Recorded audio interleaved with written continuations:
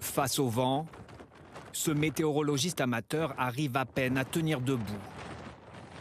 Record historique pour l'Irlande, 183 km/h.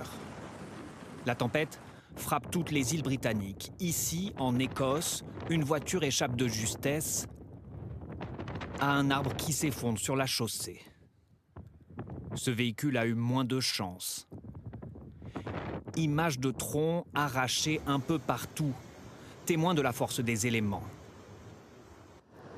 En Irlande, un homme a été tué par la chute d'un arbre.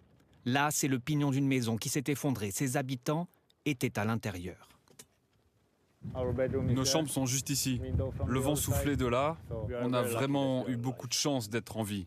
Si c'était tombé à l'intérieur, nous serions ensevelis en dessous. Et Owen a d'abord frappé la côte irlandaise au cours de la nuit.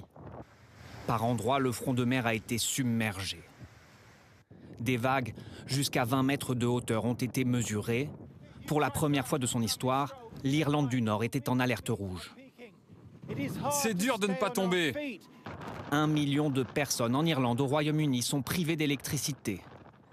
Sur les routes, les camions se soulèvent et même parfois se couchent sur le côté. De nombreux vols ont été annulés, des trains à l'arrêt et la quasi-totalité des écoles fermées.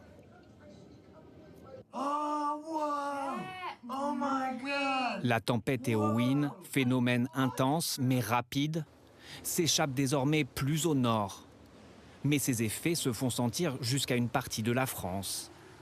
Avec un coup de vent, de fortes pluies, comme ici dans la petite ville de Guy-Primessac en Bretagne, où les cours d'eau ont débordé.